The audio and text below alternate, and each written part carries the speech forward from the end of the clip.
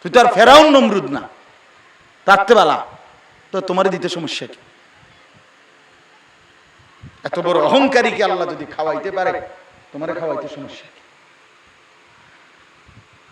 এই জন্য একজন মুসলমান পরিচয় দেওয়ার পরে সে আল্লাহকে ভুলে যায় কিভাবে, সে নামাজ ভুলে যায় কিভাবে, সে সেজদা দিতে চায় না। এটা কি মানুষ!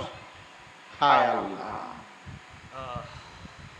হায় কি আশ্চর্য! আমার মানে কত সময় আমি এটা ভাবি যে একটা মুসলমান পরিচয় দেয়, একটু প্রস্রাব করে পেশাব করে পানি নেয় না, ওমা এটা কি হাইওয়ান!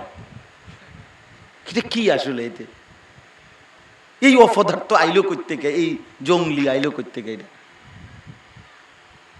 এটা কি? ছি ছি ছি ছি! একটা স্বাভাবিকতা, মানুষের একটা কমন সেন্স তো থাকে, স্বাভাবিক একটু বিচার বুদ্ধি বিবেচনা বোধ তো থাকা চাই বাবা।